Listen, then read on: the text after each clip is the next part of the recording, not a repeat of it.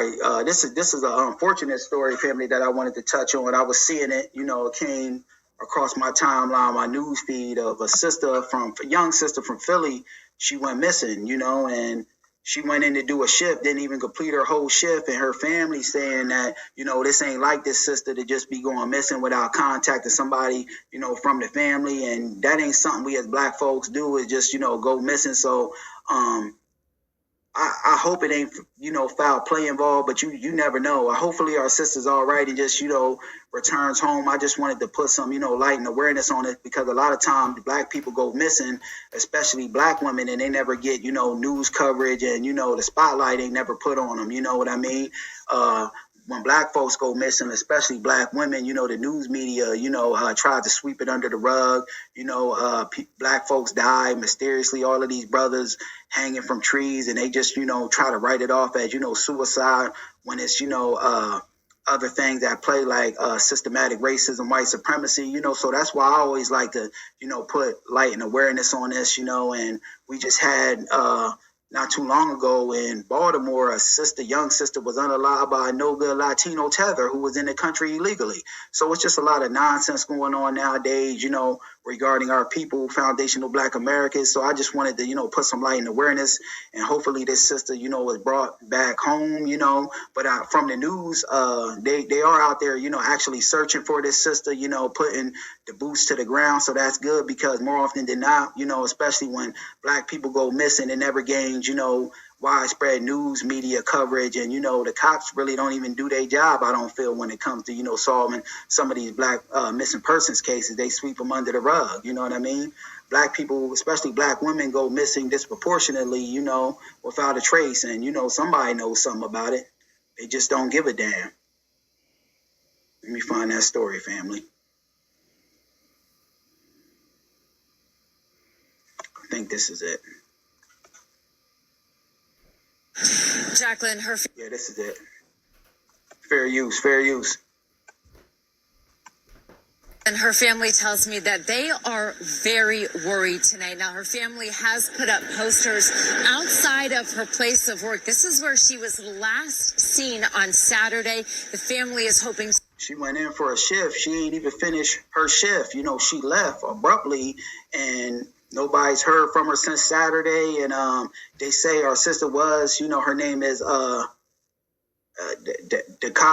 Dekai or something like that, Scott. And she went missing, and they say that, she was receiving like threatening phone calls from somebody, and they don't know like who this person was. But my thing is, they tried to track her phone and everything to see, if that let them, like the phones and everything had been turned off, and this unfortunately got, foul play written all over it. I don't want to say that. Hopefully our sister comes home, but Black people, we just don't go, missing like this. Something definitely for sure as hell happened to our sister, and she was receiving, threatening phone calls. They need to go down that hole and see where it takes them. You know what I mean? The threatening phone calls. But let's continue. Somebody will see this and come forward.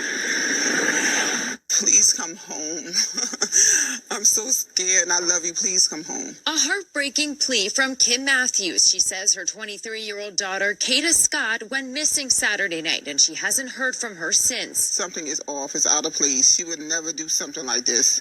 So I don't know what's going on. Kim says she last saw her daughter October 4th, leaving the house around 9:50 for an overnight shift. Something I want to put in there, family, like when you out and about, watch out, for any suspicious activity, look out for your fellow brother or sister, you know what I mean? And, be aware, like I always say, because to be aware is to be alive, and, if you're not, you might want to take up self-defense. If you, things just to protect yourself, just take little,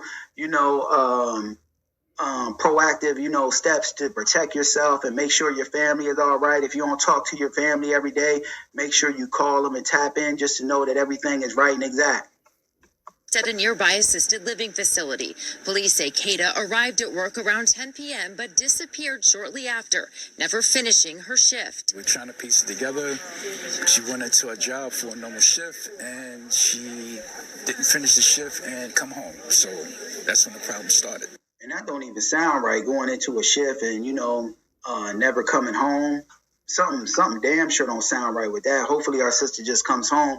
They need to go down the rabbit hole and see where it takes them as to who was giving her them threatening phone calls, what that was about. I think that will, lead them in the right direction as to finding our sister, if they go down, that route of things.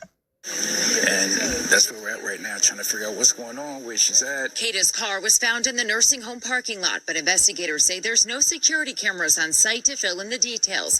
Kim says Kata left with her car keys, iPad, iPhone, and iWatch. No security cameras, places like that are even supposed to have security cameras, for the sake of, the elderly. She was working at a nursing center, they should have had, they should be liable for that, like having cameras around, to surveil the premises, the parking lot and things of that nature. And she provided police with the serial numbers. But since her phone was shut off, investigators say they can't track down her current location. What's troubling about this case is, number one, you have a 23-year-old young lady who has completely disappeared. We have no cell phone activity or social media activity, and she's not reached out to family or friends. What's more concerning is police say prior to Kata's disappearance, she reported being harassed by someone through the phone. But police and family say we need to find out who was she being harassed by, what that was about, because I feel that'll lead them in the right direction. The investigators, the authorities. They don't know who it is. Any information, no matter how small, it would be of great use to detectives investigating this case. Police have used canine units to search the surrounding area. They've also interviewed those closest to Scott and examined her social media accounts for clues.